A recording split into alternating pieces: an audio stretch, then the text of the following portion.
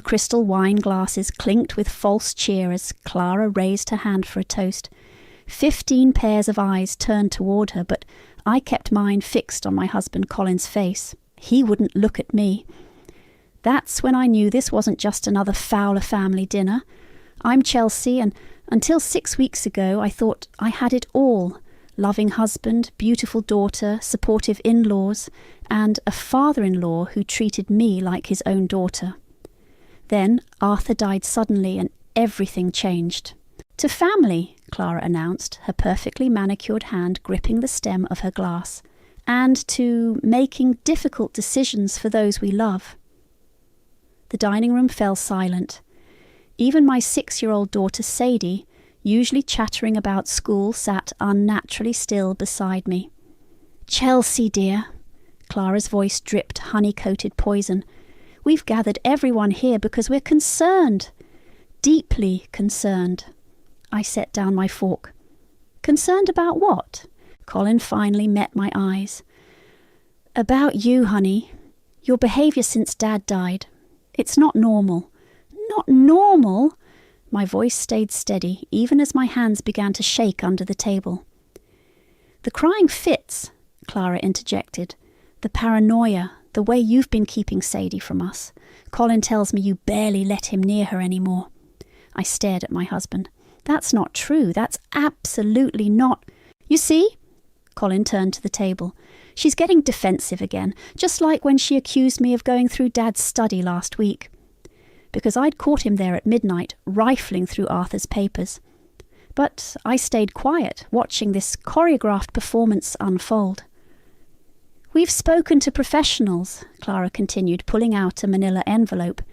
"They agree that in cases like this, temporary guardianship arrangements are often necessary." The room spun. "Guardianship?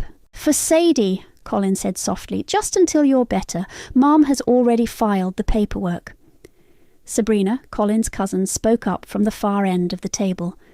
"Isn't this a bit extreme? Chelsea seems fine to me." "You don't see her behind closed doors," Clara said. "The outbursts, the accusations, the instability. Arthur's death has triggered something concerning." I looked at my daughter, who was studying her plate with fierce concentration. They'd gotten to her already, I realised. Told her God knows what about Mommy being sick.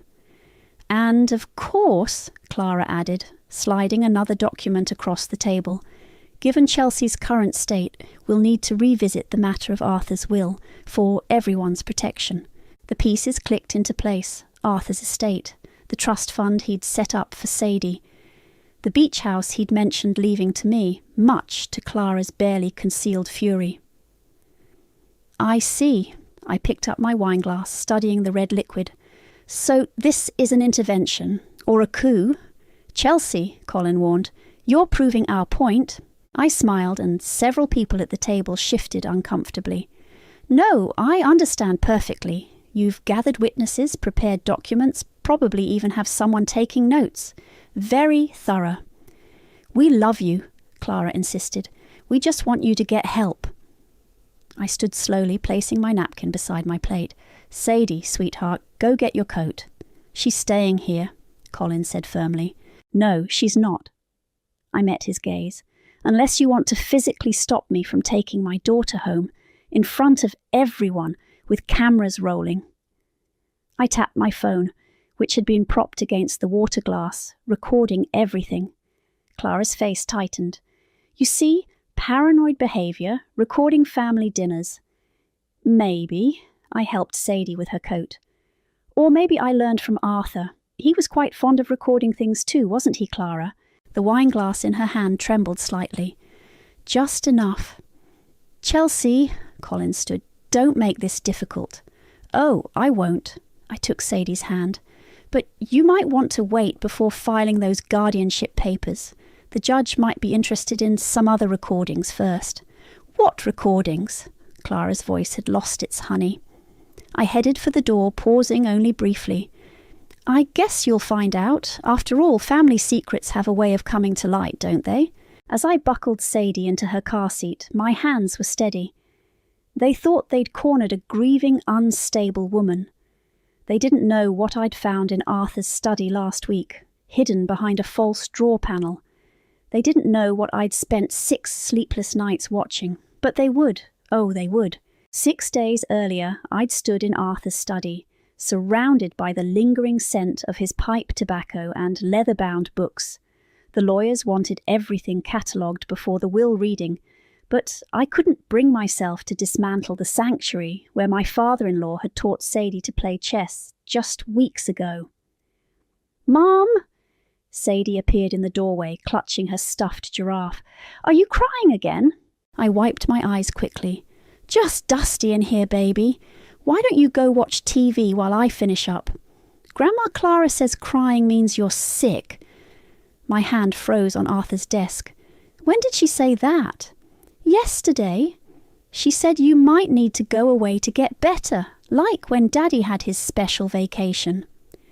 Colin's special vacation had been a stint in rehab 5 years ago, something we'd never discussed with Sadie. I forced a smile. Grandma Clara shouldn't worry you with grown-up things."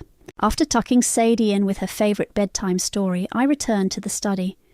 Something about her words nagged at me.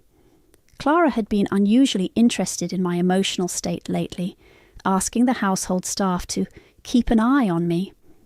I began methodically emptying Arthur's desk drawers, tax documents, birthday cards, a half-finished letter to his sister. The bottom drawer stuck slightly, and when I pulled harder, something rattled behind it. Removing the drawer completely, I found a small hard drive taped to the back panel. My heart pounded as I turned it over, finding a sticky note in Arthur's precise handwriting. Insurance policy, C&C, Clara and Colin. I grabbed my laptop and plugged in the drive. Dozens of video files appeared, labelled by date. The earliest was from 3 months ago. The first video showed Arthur's study from a high angle, a hidden camera in the bookshelf. Clara and Colin sat in the leather chairs, unaware they were being recorded. "She's too unstable to handle the inheritance," Clara was saying. "Arthur's getting soft in his old age, talking about leaving her the beach house." Colin sighed. "Dad's always had a blind spot when it comes to Chelsea. We need to act before he changes the will. I've spoken to Dr. Reynolds. He'll backdate a psychiatric evaluation. All we need is for Chelsea to show some concerning behaviour." "And how do we manage that?" Clara's laugh sent chills down my spine. "Darling, a few switched medications, some carefully placed concerns with the staff. You'd be amazed how quickly someone can appear unstable when everyone's watching for it." My hands shook as I opened file after file. Clara and Colin plotting, planning, discussing how to manipulate my prescription for anxiety medication, strategizing about using Sadie to prove I was an unfit mother. "Mom," Sadie's voice made me jump. "I had a bad dream." I slammed the laptop shut. "Coming, sweetie." The next morning I called my oldest friend, Greta. As a family attorney, she'd know what to do. "Jesus Christ," she muttered, watching the footage in her office. "They've been setting you up for months." "I need to protect Sadie." My voice cracked. "They're already poisoning her against me." Greta tapped her pen against her desk.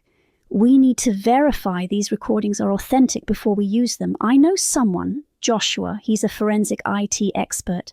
Can we trust him?" "With my life," she leaned forward. "Chelsea, this is bigger than just the inheritance.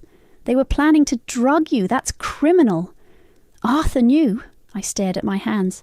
"He knew, and instead of confronting them, he just recorded everything. He was building you a case." Greta squeezed my shoulder. "He knew they'd come after you when he was gone." That evening, I found another file hidden deeper in the drive. Arthur's face filled the screen, recorded just 2 weeks before his death. "Chelsea," he said, looking tired but determined. "If you're watching this, they've already moved against you. I should have stopped them years ago, but I was a coward. Clara's poison runs deep, and she's turned Colin into her puppet. But you're stronger than they know, smarter. The recordings are your shield. Use them wisely." He paused, removing his glasses. "Protect my granddaughter and Chelsea. Make them regret ever underestimating you. I closed the laptop, Arthur's words echoing in my head. In the next room, I could hear Sadie singing to herself, blissfully unaware of the war brewing around her. My phone buzzed. A text from Clara. Family dinner tomorrow, non-negotiable. We need to discuss your recent behaviour. I smiled at the screen. They thought they were staging an intervention. They had no idea they were walking into their own trap. Game on, I whispered to Arthur's empty study. Game on. These recordings are gold, Joshua said, his fingers flying across the keyboard. Timestamps, metadata, audio quality, all authentic, no signs of manipulation. We sat in Greta's home office, take-out containers pushed aside to make room for multiple laptops. It was 2 a.m., but none of us felt like sleeping. Can they claim Arthur recorded them illegally? I asked. Greta shook her head. Single-party consent state. Plus, it was his house, his study. He had every right to record. Joshua looked up from his screen. I've backed everything up to 3 secure cloud locations. Even if they somehow get to your copy, they can't bury this. Speaking of burying things, Greta said, I did some digging into Dr. Reynolds, the psychiatrist Clara mentioned. Guess who sits on the board of his private practice? Clara? Through a shell company, but yes, she's been making substantial donations for years. My phone buzzed. A text from Colin. Where are you? It's late. Come home. Don't respond, Greta advised. Let him sweat. I showed them the message. He's never cared about my whereabouts before. Because before he thought he had you under control. Joshua grabbed another spring roll.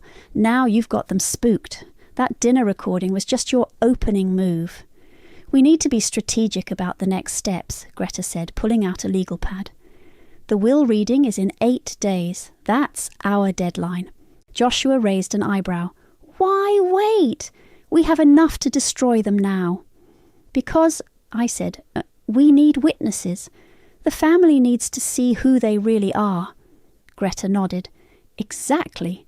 Clara's spent years crafting her image as the perfect family matriarch. We need to shatter that illusion publicly. My phone buzzed again. Colin, Mum's worried about you. Please come home. We can talk. They're trying to paint you as unstable, Joshua observed. Staying out late, not answering messages. They'll use that. Let them. I smiled. Every accusation they make, we'll have a video showing them planning it. Greta started writing. First, we need to secure Sadie. They might try to take her before the will reading. Already handled. I pulled out papers from my bag. I picked her up from school early and dropped her at my sister's in Connecticut. Left Colin a note saying we're having a girls' weekend. Smart, Joshua whistled. He can't claim kidnapping since you're still married and there's no custody order. Clara will be furious, Greta said. She hates not having control of Sadie. Good. I felt a cold satisfaction. Let her get sloppy. Let her make mistakes. Joshua finished his work on the laptop and turned it toward me. I've compiled the most damning clips into a sequence. Watch. The screen showed Clara and Colin in various meetings, their masks slipping in what they thought were private moments. She's weak, Clara spat in one clip, just like her mother was. We'll break her easily. Another clip. Colin laughing with Clara. Once we get custody of Sadie, Chelsea will have nothing. No money, no daughter, no status. She'll probably run back to whatever middle-class hole she crawled out of. Charming, Greta muttered. Your husband's quite the prince. I watched my husband of 8 years plot my destruction with his mother, and felt nothing. The pain had burned away, leaving only purpose. One more thing, Joshua said. I found something interesting in the metadata. There are gaps in the recording dates, specific days when the camera was turned off. What days? Greta asked. He pulled up a calendar, including the day Arthur died. The room went silent.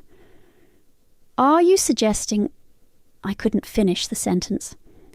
I'm not suggesting anything, Joshua said carefully, but Arthur was in perfect health. and Clara stood to lose a lot if he changed his will. Greta's pen stopped moving. That would explain why she's moving so fast to discredit Chelsea. If there's evidence... One battle at a time, I interrupted. First, we protect Sadie. Then we expose their plans. After that, I looked at the frozen image of Clara on the screen. After that, we'll see what other secrets come to light. My phone buzzed one final time. Clara, your behaviour is becoming concerning. Colin and I expect you home immediately. Don't force us to take action. I showed the others. They're planning something. Let them, Greta said, a fierce glint in her eye. Every move they make now is just more evidence against them. Speaking of evidence, Joshua closed his laptop with a satisfied smile. Wait until they see what's playing at the will reading. For the first time since Arthur died, I felt truly powerful. They thought they were hunting a wounded animal. They didn't realise they'd awakened a warrior. When we're done, Greta smirked, Clara will wish she'd never picked up a wine glass in that study. I raised my coffee cup. To Arthur, he gave us the weapons. Now we'll finish what he started. More tea, Sabrina? I kept my voice steady as I poured for Colin's cousin. She'd arrived under the pretence of discussing Arthur's memorial service, but I could see the questions in her eyes. Thanks. She glanced around the living room. It's quiet without Sadie. She's having a wonderful time with her aunt. I sat down, noting how Sabrina's gaze lingered on the family photos. Though Clara seems to think I've spirited her away to a cult compound. Sabrina snorted, then caught herself. Sorry, it's just... Clara can be a bit... dramatic. I was going to say intense. She stirred her tea. The things she's been saying about you... I set down my cup. Would you like to know what she's been saying when she thinks no one's listening? Sabrina's spoon stopped mid-stir. What do you mean? Without a word, I opened my laptop and played the first clip. Clara's voice filled the room. Once we get rid of Chelsea, we'll need to distance Sadie from her mother's side completely. Can't have those common influences ruining what we've built. Sabrina's face paled. When was this? 2 months ago. Here's last month. I clicked another file. Colin appeared on screen, lounging in Arthur's study. Dad's getting suspicious. He asked about Chelsea's medication changes. Medication changes? Sabrina looked confused. Keep watching. Clara's voice. Don't worry about Arthur. I've handled him for 40 years. Besides, his heart isn't what it used to be. I stopped the video. Sabrina sat frozen, tea forgotten. There's more, I said quietly. Much more, but I think you get the idea. Chelsea... She set down her cup with shaking hands. Are you saying they... I'm not saying anything. I'm just showing you what Arthur recorded. Arthur recorded this? I nodded. He knew what they were planning. He left these for me to find. Sabrina stood abruptly, pacing the room. The family meeting yesterday, that whole intervention, was orchestrated by Clara and Colin months ago. They needed witnesses to my unstable behaviour. Oh, God! She stopped at the window. The way Clara's been asking everyone to document their concerns about you. My phone buzzed. A text from Colin. Where's my daughter? Mum's consulting lawyers.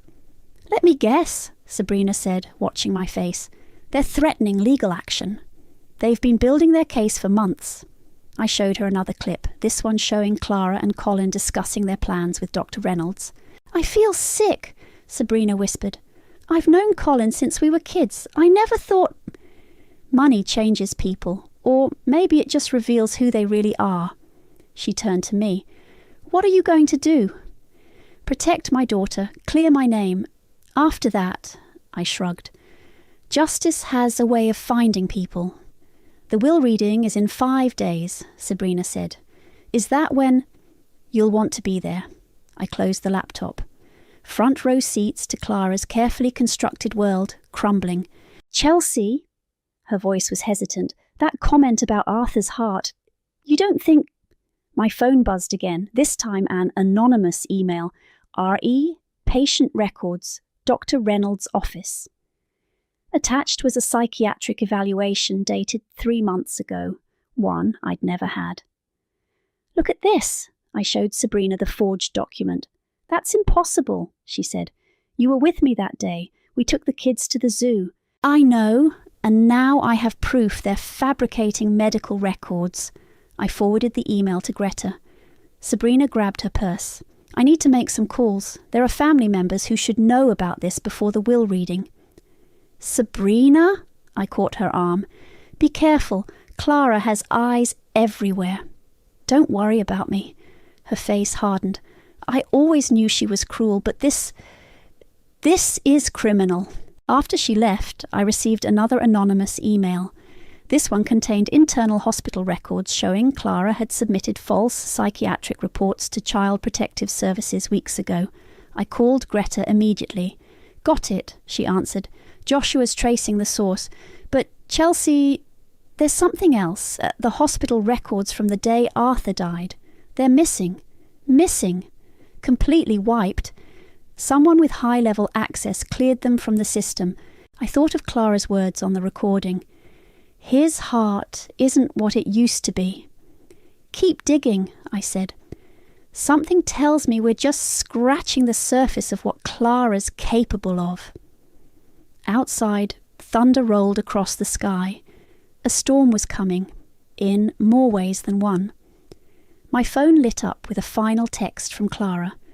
"You're playing a dangerous game, dear. Remember who taught Colin everything he knows about destroying people." I smiled at the threat. "Game on, Clara," I whispered. "Game on." The emergency custody hearing was scheduled for 9 a.m. I arrived at 8:30 to find Colin and Clara already there, huddled with their attorney. Colin wore his best concerned husband expression, the same one he'd used when explaining his rehab stint to business partners. "Mrs. Richardson," a court clerk approached, "Judge Martinez will see all parties in chambers first." Clara smirked as we filed into the judge's office. Her smugness faded when she saw Greta beside me carrying a laptop. "Your Honour," Colin's attorney began, "we're seeking emergency temporary custody due to the mother's increasingly erratic behaviour. Most recently, she disappeared with the child for 3 days." "I took my daughter to visit my sister," I said calmly.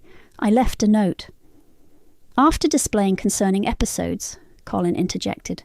"Just last week she had a complete breakdown, throwing things, making wild accusations." Judge Martinez raised an eyebrow. "When exactly did this episode occur?" "Last Tuesday, around 8 p.m, Colin said confidently. "I have witnesses." "Your Honour," Greta spoke up, "we'd like to present some relevant footage from that evening." She opened her laptop, turning it toward the judge. The video showed Colin and Clara in Arthur's study last Monday.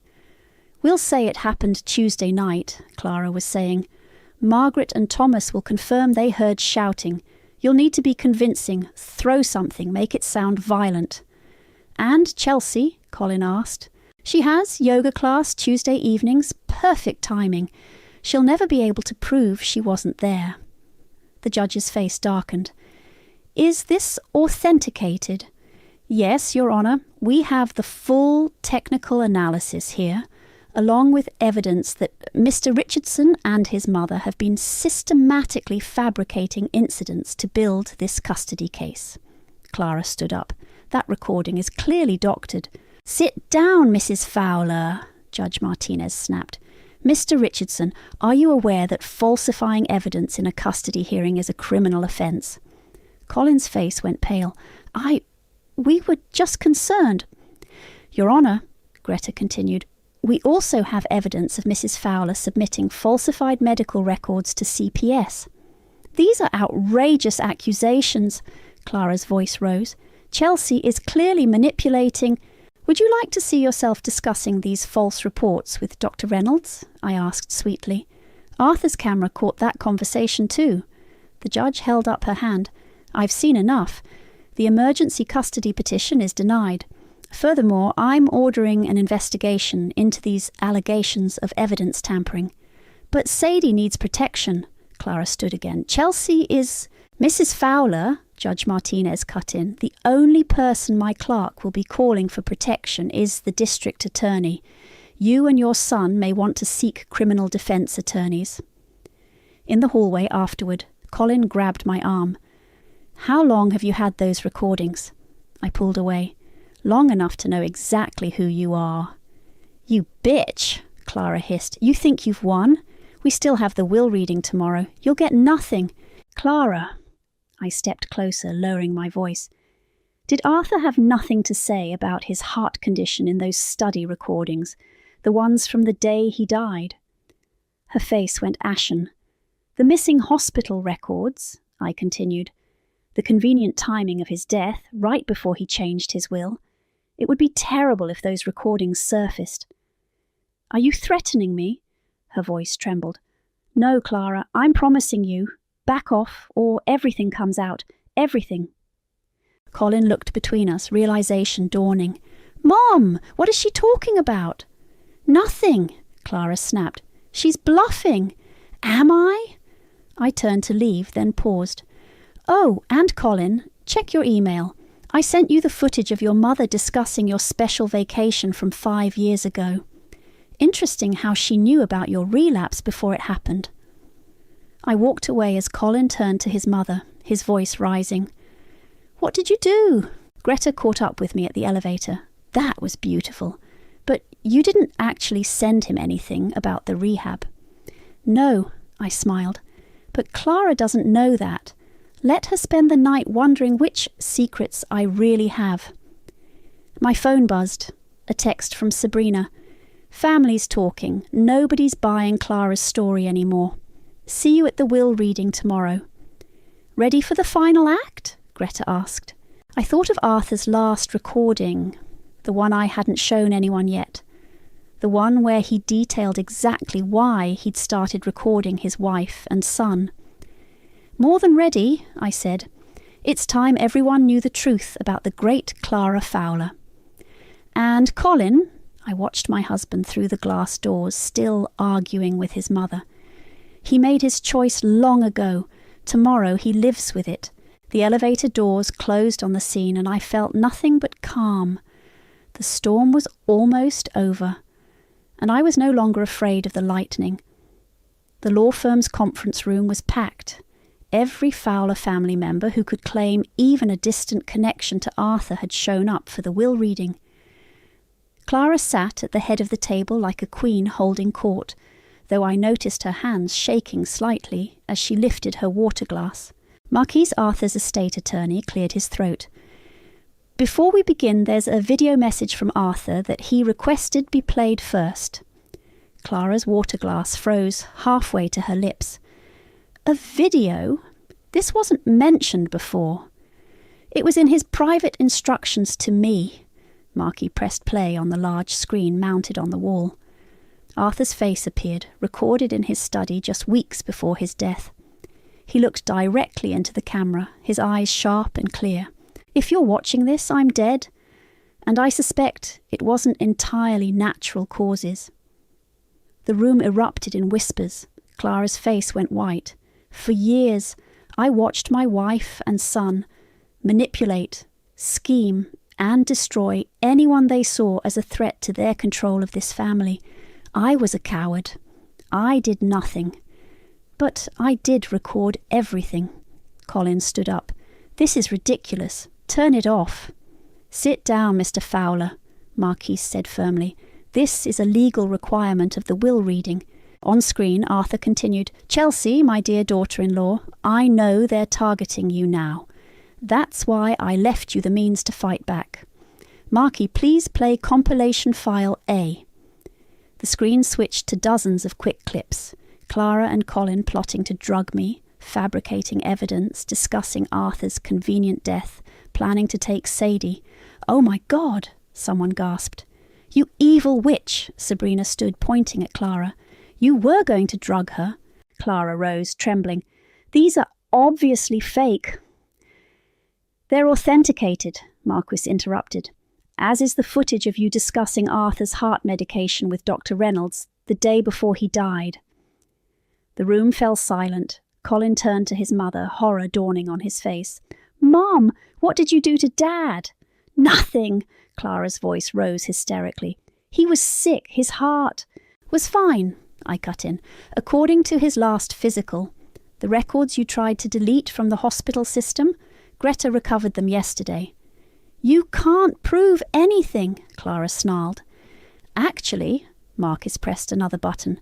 Arthur left quite detailed proof, including this conversation from the day before he died. The screen showed Clara in Arthur's study, unaware she was being recorded. Just take the pills, Arthur. You're becoming a liability. Chelsea's turning you against us, and I won't let you destroy everything I've built. Arthur's voice, weak but clear. By medicating me into compliance, like you did to Colin during his rehab. Colin jumped up. What? Sit down, Clara screamed, but the video continued. I know you switched my heart medication, Arthur said, just like you're planning to do to Chelsea. It ends now, Clara. You're right. Clara's recorded voice was cold. It ends today. The video stopped. The silence in the room was deafening. Mrs. Fowler, Marquis said quietly, the police are waiting outside.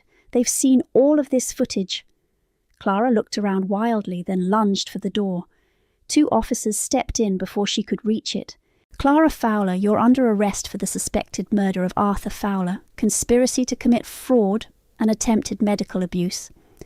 As they led her away, she shrieked, Colin, tell them I did it all for you. But Colin stood frozen, staring at the screen where the evidence of his mother's manipulation of his own life played out. There's more, Marquis announced once Clara was gone.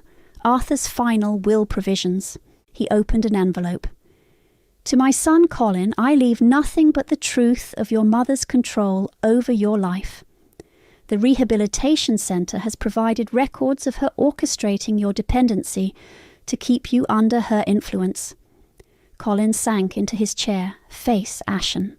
To Chelsea, Marquis continued, I leave full custody of Sadie, the beach house, and controlling interest in Fowler Industries. You were the daughter I wished I'd had, and the only one strong enough to end Clara's reign of terror. This is insane, Colin stammered. You can't just... I can and did. Arthur's voice came from the screen one final time. Chelsea, protect our Sadie and Colin. Get help. Real help this time, without your mother's poison. The family began filing out, many stopping to hug me or whisper apologies for believing Clara's lies. Colin remained seated, staring into space.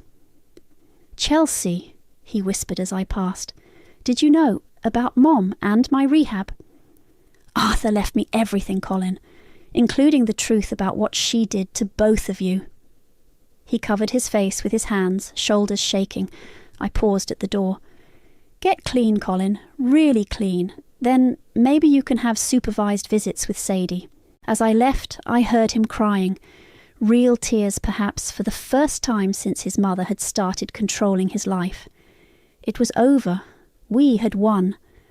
The preliminary hearing for Clara's case took exactly 47 minutes. I sat in the back of the courtroom, watching her designer suit and perfectly coiffed hair, a stark contrast to the handcuffs around her wrists. How do you plead? The judge asked. Clara lifted her chin. Not guilty, Your Honour. Next to me, Greta scribbled notes. They'll offer a plea deal, she whispered. The evidence is too strong. The prosecutor presented the basics. Tampered medication, falsified medical records, conspiracy to commit fraud, and the mounting evidence about Arthur's death.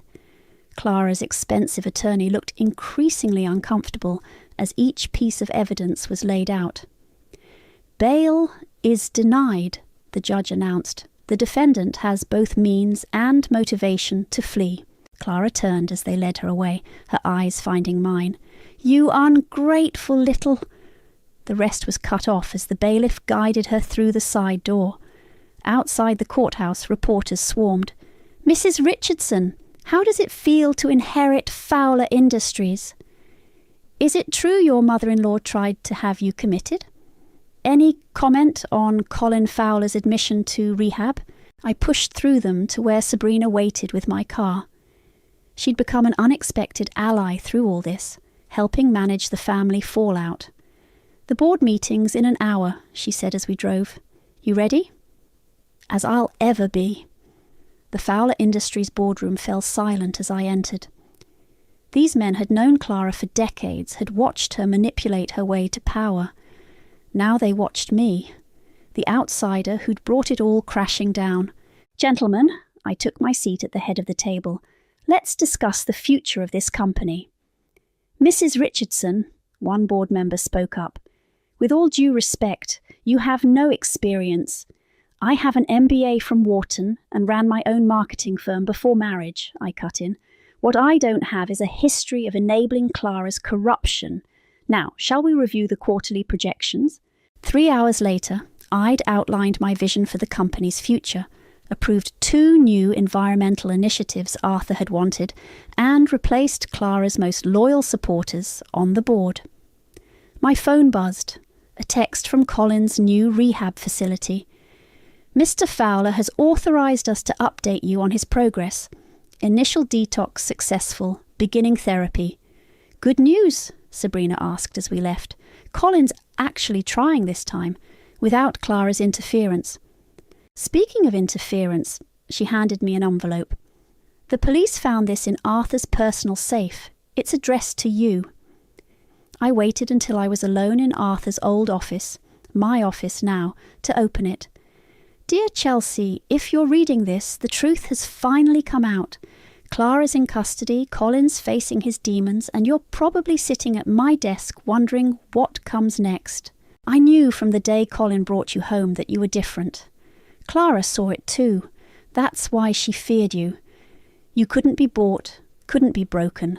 I'm sorry I didn't stop her sooner. I watched her destroy lives, including my son's, and said nothing. But I knew you would be strong enough to end it. The company is yours now. Run it with the integrity I lost somewhere along the way. And Sadie, protect her from becoming what this family creates. There's one last recording you should watch, bottom drawer, red USB drive. It's not for the police or the lawyers. It's for you to understand. With love and faith, Arthur." The red USB drive contained a single video file. Arthur, looking tired but peaceful, recorded the day before he died. "Chelsea, my dear, by now you know Clara's been tampering with my medication. I could have stopped her, could have called the police, but this way she'll finally face justice for everything. My death will be her downfall. It's a terrible thing, using one's own death as a weapon. But I'm dying anyway. The cancer would have taken me in months. At least this way my death has purpose. It gives you the power to protect Sadie, to save Colin, to end Clara's reign. Forgive an old man's manipulation. I learned from the best, after all." The video ended. I sat in Arthur's chair, my chair, as the sun set over the city. My phone buzzed again. Sadie's therapist. Breakthrough today. She talked about missing her grandfather. I touched the frame on my desk, Arthur's smiling face looking back at me. "Well played, old man," I whispered. "Well played." A knock at the door. Greta with more papers to sign. The company wouldn't run itself. Clara's empire was mine now, but I'd rebuild it into something Arthur would have been proud of. Something worthy of the sacrifice he'd made to bring justice to us all. The lake house windows reflected the autumn sunset as I unpacked the last box. Sadie's laughter drifted in from outside, where she was helping Sabrina rake leaves into piles. "Mum, come look what we made!" I stepped onto the deck to see an enormous leaf pile, with my daughter's beaming face poking out the top. For the first time in months, her smile reached her eyes. My phone buzzed. "Greta, jury's back. Guilty on all counts. Clara got 25 years. I watched Sadie jump into another pile of leaves before responding. How did she take it? Still claiming she did it all for family. Colin testified against her yesterday. That sealed it. Speaking of Colin, I dialed his rehab centre's number. "Mrs. Richardson," his counsellor answered. "Colin's doing well, 6 months sober. He'd like to speak with you about supervised visitation. Put him on?" A moment of static then. "Chelsea!" His voice was different, clearer, without the artificial charm he'd learned from Clara. "I heard about Mom's verdict," he said. "Are you okay?" "Better than okay. I'm finally free." He paused. "The therapist helped me understand how she programmed me since childhood. The drugs, the manipulation, everything. And now I want to meet my daughter again. The real me, meeting the real her. If you'll let me." I watched Sadie playing, remembering Arthur's words about protection and redemption.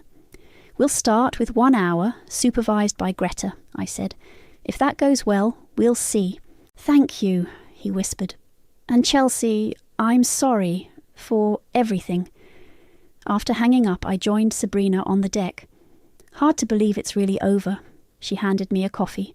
"Clara's locked up, Colin's healing, the company's thriving. Arthur would be proud." Speaking of Arthur, I pulled out the letter he'd left in the lake house. "Listen to this. Chelsea, the lake house was always my sanctuary from Clara's schemes. Now it's yours and Sadie's, a place where the poison of power and greed can't reach, where my granddaughter can just be a child, not an heir to an empire." "He thought of everything," Sabrina mused. "Not everything." I showed her my laptop screen. "I still have all the recordings. Part of me wants to delete them, start fresh.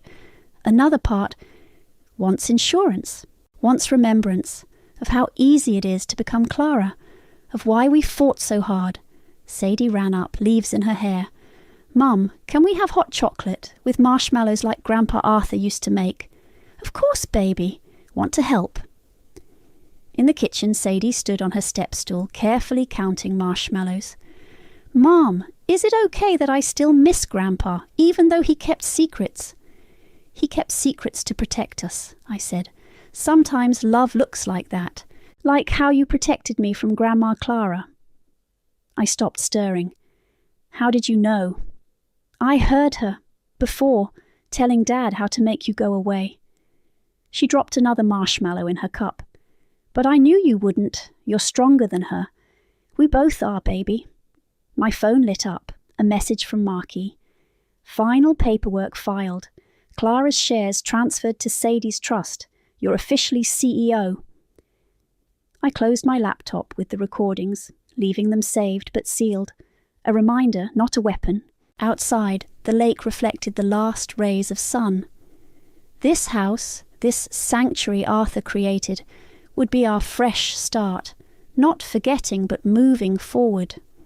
"Mom," Sadie called from the deck, "tell me the story again about how Grandpa Arthur left us clues like a treasure hunt." I smiled, remembering Arthur's final recording. "Use your power wisely, Chelsea, not for revenge, but for renewal." "Actually," I said, joining her with our hot chocolate, "let me tell you a different story. About a grandfather who loved his family so much, he orchestrated his own ending to give them a new beginning." Sadie curled against me, safe and whole. Below us, leaves danced across the lake's surface, carrying away the last whispers of Clara's legacy. My phone buzzed one final time. Colin. "Thank you for giving me a chance to know my daughter again, the real me, the real her, the real us." I looked at Sadie, then at the peaceful lake, and finally at the laptop holding our painful past. "Delete recordings," the screen prompted. "No," I whispered, closing the file. "Keep them, as a map of where we've been, and why we'll never go back." The future stretched before us, as clear and bright as the lake at dawn,